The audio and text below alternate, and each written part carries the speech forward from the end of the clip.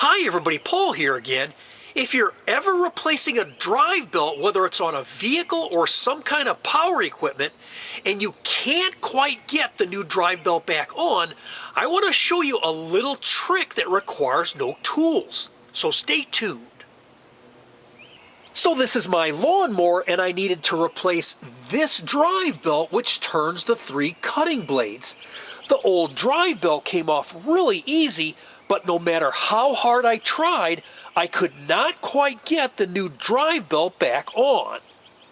So what I did was I got a 5-gallon bucket, placed the belt in the bottom of the bucket, covered the belt with hot tap water for 15 minutes, and then tried to reinstall it. By doing this little trick, it made it easy getting the new drive belt back on, which saved me a huge headache. So give this a try the next time you can't quite get a new drive belt back on.